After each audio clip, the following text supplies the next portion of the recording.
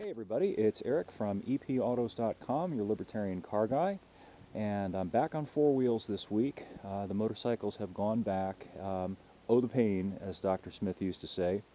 But anyhow, this is not a bad consolation prize. This is the 2017 Volkswagen Golf Alltrack, which is basically the Volkswagen interpretation of the Subaru Outback.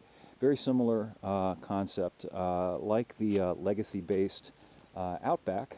This is based on the Sport Wagon. It is the Sport Wagon, basically, with more ground clearance. They've upped it to 6.9 inches versus 5.5 for the Sport Wagon. And just as the Outback has body cladding, this has got some body cladding, tastefully applied, different wheels, and roof rack, of course, got to have that. And some other styling affectations, but fundamentally it's a jacked up sport wagon. That's basically what you got here. Just like the Outback is a jacked up Legacy.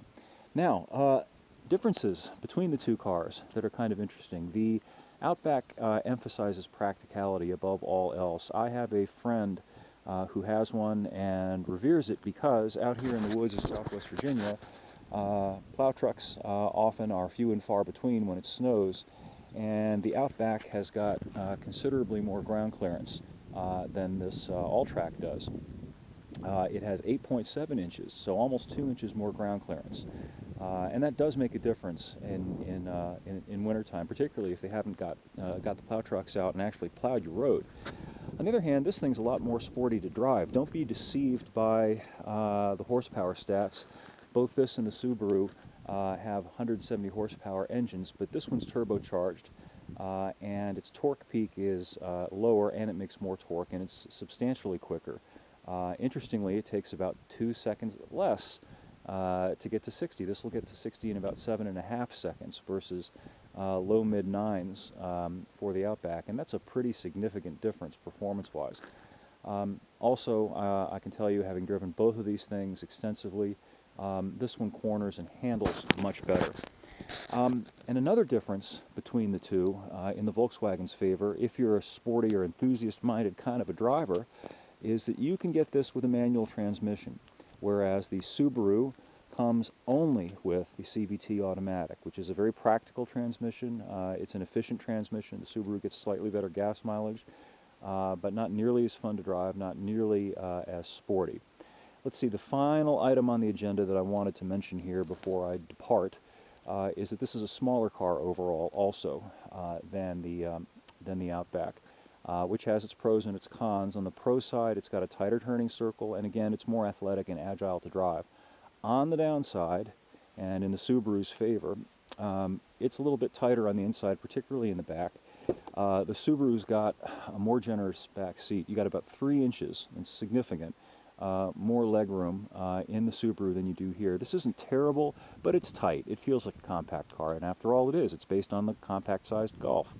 It also has a bit less cargo room, but that difference is not nearly as extreme.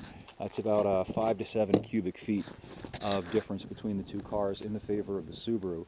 And in both cases, these things are incredibly practical, even though they're not huge, they're not crossovers.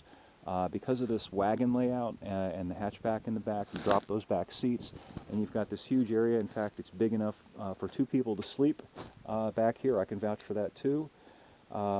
And you can haul all sorts of unwieldy, bulky things home in it as well.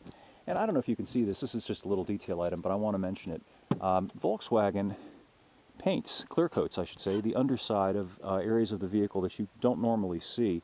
I was rather struck a couple of weeks ago. I had a Mercedes GLE 63 AMG, and that was a $100-something thousand car.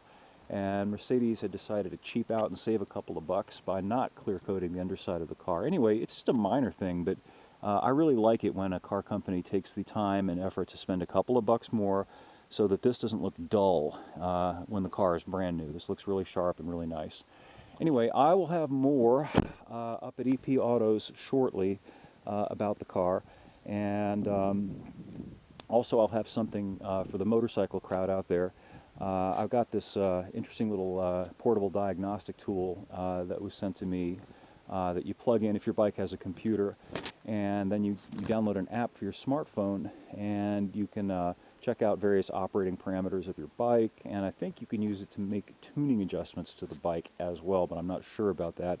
Going to fool with it this weekend, and I'll have a full report for you soon. Anyway, thank you for viewing, and we'll catch up again with you.